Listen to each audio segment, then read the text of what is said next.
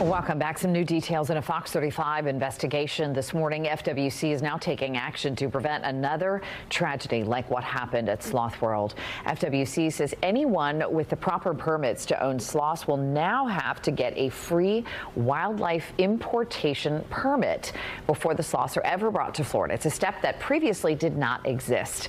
And joining us this morning to talk more about this is State Representative Eskamani. Great to see you. How are you? Hi, Amy. It's wonderful to see you. Good to see you, too. So this is some good news. Let's talk a little bit about what it took to sort of get this put into place. This is a big deal.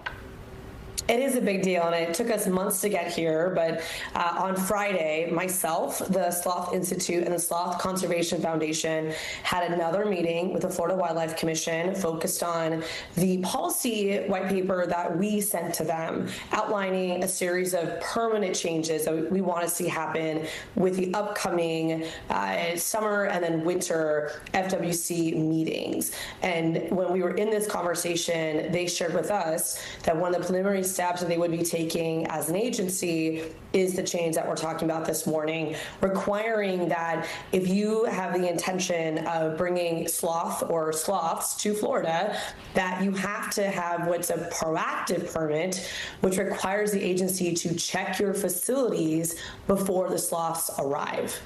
And Anna, let's go back to sort of how things were before. And I think a lot of people would be shocked to know that sloths were in the same category as things like squirrels, which I think most people would say, well, gosh, that just seems so odd. Was it kind of a loophole or like a gap in the system? I think a gap is a great way to describe it. You are correct that sloths, they still are technically class 3. So we do need to still strengthen just their care, because ultimately if you do get this one-time permit and your facilities check out, then it goes back to a regular class 3 experience where FWC would only come back once every 3 years. So we are still pushing for requirements around reporting deaths, around special husbandry skills for sloths. So that conversation with the agency will continue.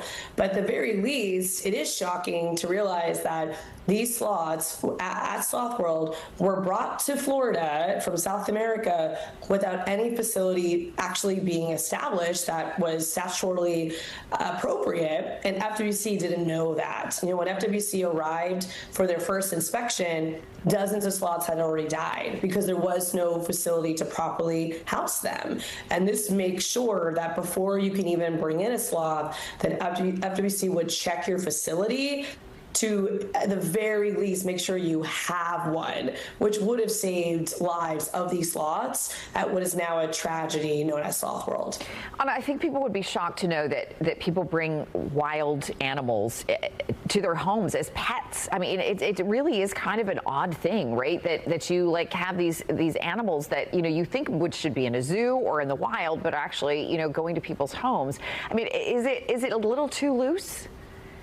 It absolutely is. I mean, at the end of the day, these are wild animals. A lot of folks were surprised to realize that what was being branded as conservation really was wild-caught sloths that were pulled from the rainforest. They still had leaves in their belly when they died because they have a slow digestive system, but it also indicates just how quickly they died once they were kidnapped from the wild. And they really belong in the jungle. They were happily chewing on leaves. They shouldn't be in cages. It is heartbreaking to see. And I know you've been following very closely the care they're getting at the Central Florida Zoo, and it's just so sad when they lose one. And we know it's heartbreaking for the zookeepers there too. Oh, truly. And we are still fighting for the criminal charges. So we're very hopeful. I spoke to the Attorney General's office just last week about this. The investigation continues, and we are hoping for criminal charges to come any day now. Well, we know that you will keep us posted on that. State Representative Eskamani, thank you so much. Great to see you this morning. You too, Amy.